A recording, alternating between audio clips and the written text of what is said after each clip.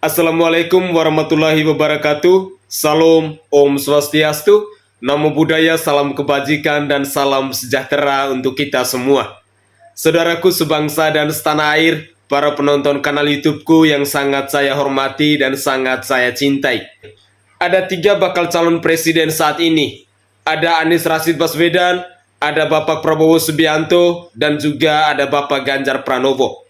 Dari ketiga tokoh ini, siapakah kira-kira sosok yang tepat, sosok yang mampu, atau pribadi yang layak untuk menjadi the next Jokowi di periode 2024 sampai 2029 nanti?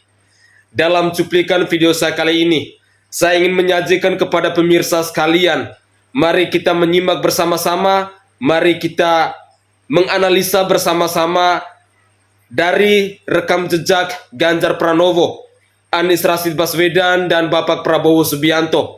Kira-kira siapakah sosok yang paling tepat dan paling layak untuk menjadi the next Jokowi ini? Untuk tidak memperpanjang waktu, mari kita simak bersama-sama cuplikan-cuplikan video berikut ini. Selamat menyaksikan. Yang lucu ini karena tiba-tiba Anda berbalik gagang, tiba-tiba sekarang mengatakan bahwa yang pantas menjadi penerus Pak Jokowi, program Pak Jokowi itu Pak Prabowo. Padahal dulu kan Anda tidak suka dengan semua program itu, gitu. Kok sekarang tiba-tiba menjadi baik, santun. Ini ya kita sudah nangkap kemana arahnya, karena kemarin waktu balihonya Pak Prabowo dan Pak Jokowi di Lampung dengan tulisan 2024 adalah jatahnya Pak Prabowo, itu juga sudah ikut nebeng keberadaan Pak Jokowi, bahwa Pak Jokowi memberi signal penggantinya adalah Pak Prabowo. Ini lucu banget gitu, dan masyarakat tahu banget tentang ini. Jadi jadi nggak usah dipaksa lah, ini salah ini bos gitu. Ya, nggak usah ngarang, mana mungkin Pak Prabowo bisa meneruskan program Pak Jokowi, karena kelasnya beda. Ngurus pot estate saja bubar kalian itu. Jadi oposisi kelasnya maki-maki, di situ saja sudah biar rame gitu. Jadi yang ngurus negara biar orang lain saja, karena kalian tidak akan bisa, karena memang kelas kalian tidak sampai ke sana. Ya. Kami juga tahu saat Pak Prabowo diangkat jadi Menhan agar dia nggak rewel karena kalah pilpres dan sempat sujud duluan karena kalian juga yang ngeprank beliau gitu ya. Kesalnya sampai ke ubun-ubun begitu tahu kalah gitu kan. Jadi kalian tim sorak yang di sekitar Pak Prabowo itu sebenarnya sudah lama menyesatkan. Cuma karena beliau memang orangnya suka diangkat-angkat, sehingga kesadarannya kadang-kadang tidak melekat gitu. Jadi kesadarannya itu bisa bubar gitu.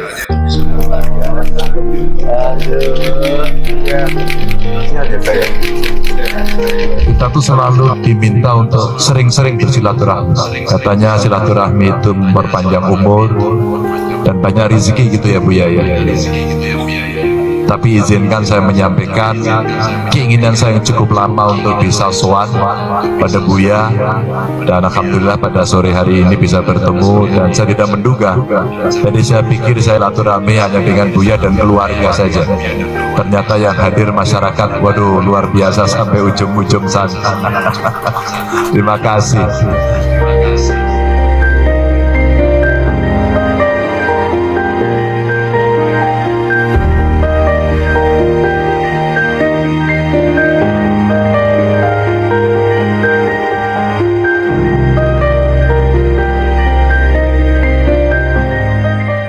Mas Anies Baswedan dipastikan akan menang dalam Pilpres 2024. Itu artinya jika Mas Anies Baswedan menang dalam Pilpres 2024, ia akan dilantik sebagai Presiden Republik Indonesia yang ke-8, yaitu penggantinya Pak Jokowi. Mas Anies Baswedan bisa jadi presiden secara mulus apabila Mas Ganjar Pranowo dan Pak Prabowo Subianto ini tidak maju sebagai capres dalam Pilpres 2024. Jadi kalau Mas Ganjar Pranowo dan Pak Prabowo Subianto maju sebagai capres, ya Mas Anies Baswedan harus bekerja keras untuk meraih suara melebihi atau mengungguli Mas Ganjar Pranowo dan Pak Prabowo Subianto. Beda itu ya Bhinneka Tunggal Ika. Dari dulu udah beda. Mau disamakan nggak bisa. Beda kita. Maka sebagai bangsa kita coba bersepakat untuk yang berbeda-beda itu menjadi satu. Bhinneka Tunggal Ika. Beda itu ya semua tunggal. Semua beda. Jadi nggak usah disamakan tapi dipersatukan.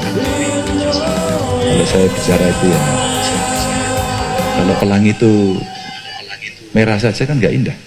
Justru karena warna-warna.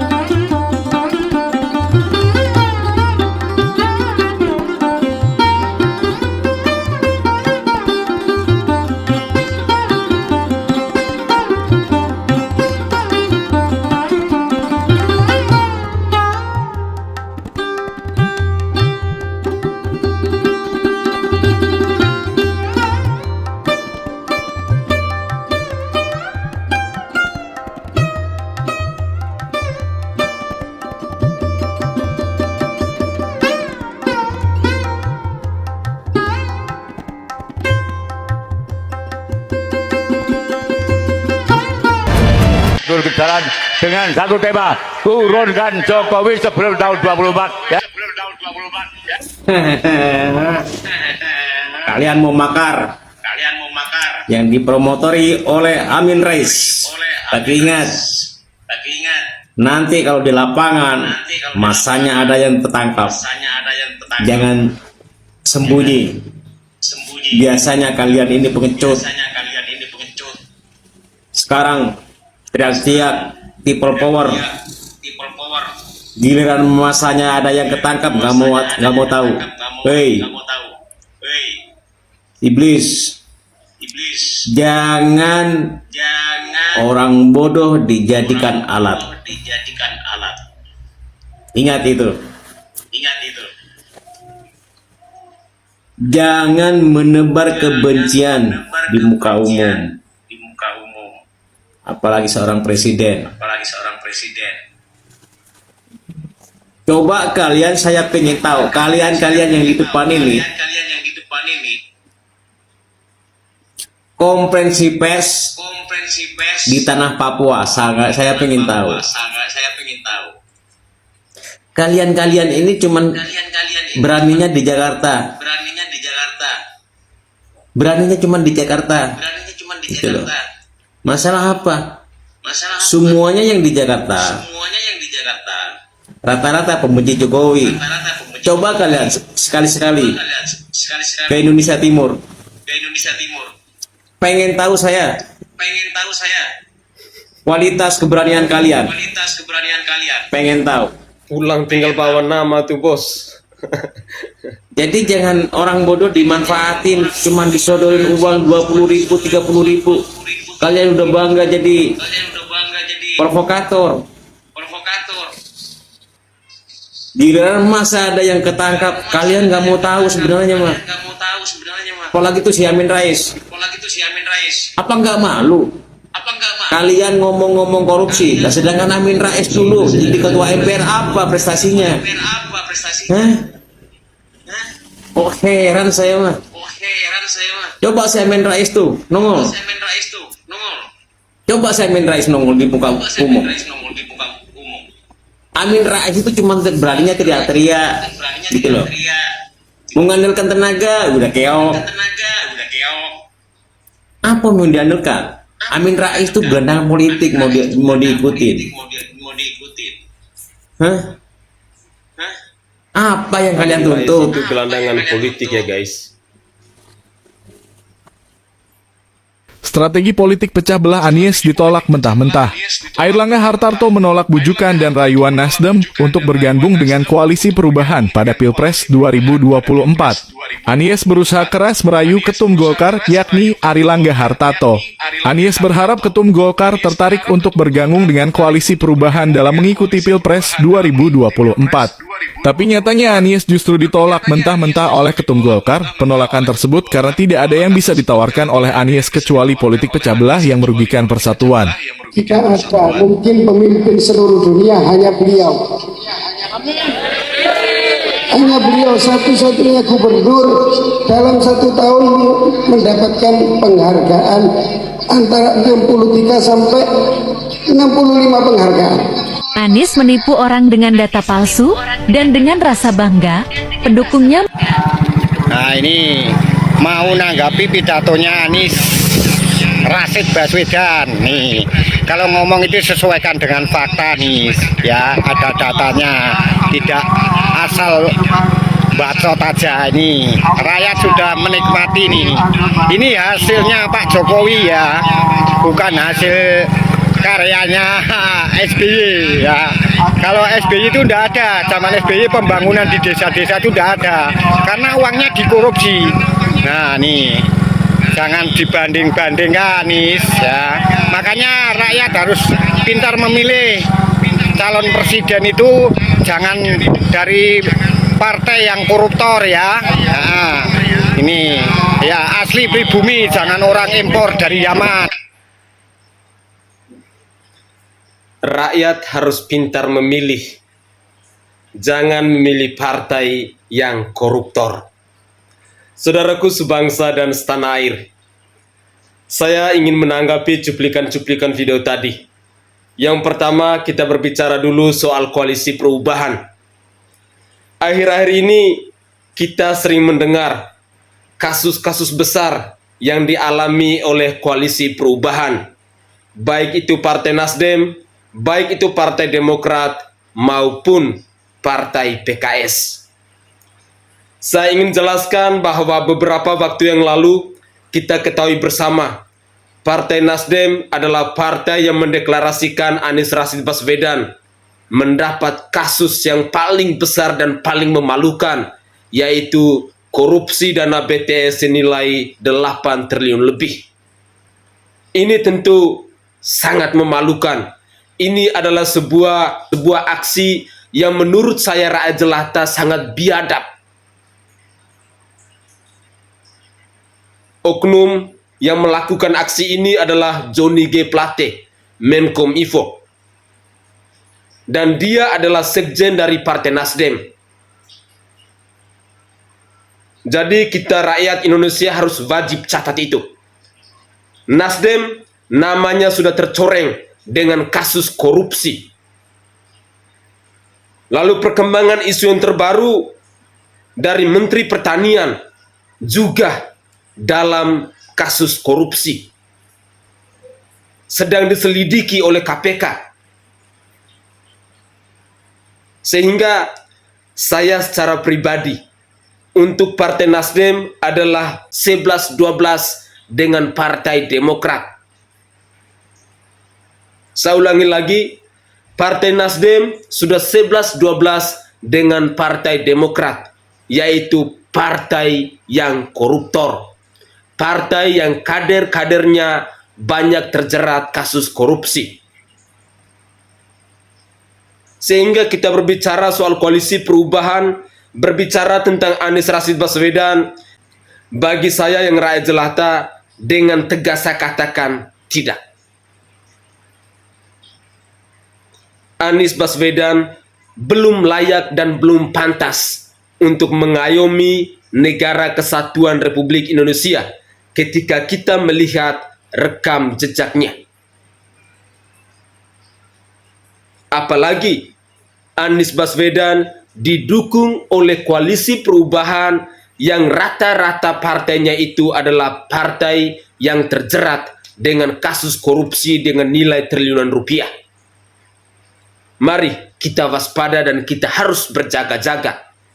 Antisipasi jangan sampai Anies terpilih menjadi orang nomor 1 di NKRI ini. Lalu yang kedua, kita berbicara soal Bapak Prabowo Subianto. Saudara-saudara, kita sekarang ekonomi ke-16 di dunia. Dan semua angka menunjukkan bahwa kita menuju ke ekonomi ke-8, ke-7. Jadi nanti mungkin presiden kita bukan G20 lagi, dia akan ikut di G8 atau G7. Ya. Jadi kalau kita lihat, masalahnya adalah kalau kita keluar dan prestasi kita, prestasi pemerintah di bawah Pak Jokowi sebenarnya sudah benar-benar dikagumi oleh seluruh dunia.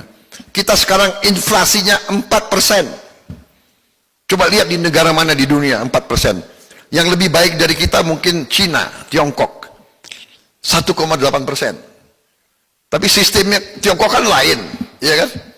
Mungkin ada pengusaha mau naikin harga, dipanggil aja, turunin, besok dia langsung turun, ya kan? Kalau nggak turun, ya hilang untuk setahun. Pertumbuhan ekonomi kita 5%, bayangkan. Lebih baik dari banyak negara. Inggris aja 0,2.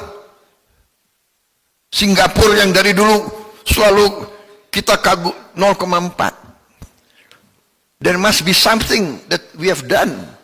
Kita 5%. Kelemahan kita sebagai bangsa sering tidak mau mengakui keberhasilan kita sendiri. Nggak tahu, mungkin terlalu lama dijajah kita kali ya. Jadi kita ini minder, apa itu ya? Punya rasa rendah diri. Rendah diri. Kalau ada tim sepak bola kita berhasil, ya kan? 32 tahun tidak berhasil, hari ini berhasil. Wah, rakyat baru. Sekarang ini pemerintah kita berhasil, tapi banyak yang tidak mau mengakui. Kapten kesebelasan kita ya Pak Jokowi, ya kan? Aku ya striker lah, ya kan? Ya kan? Ya kalau menang ya beliau dapat piala, yang pegang piala kan beliau, benar nggak? Itu kenapa kita ya kan masih ada saya perhatikan nih. Mau perubahan lah, ya kan? Kalau sudah bagus, bukan perubahan yang kita mau, tapi peningkatan kemajuan, perbaikan apa yang sudah ada, kan begitu. Tapi saya nggak boleh kampanye di sini ya, jangan. Nanti dimonitor lagi.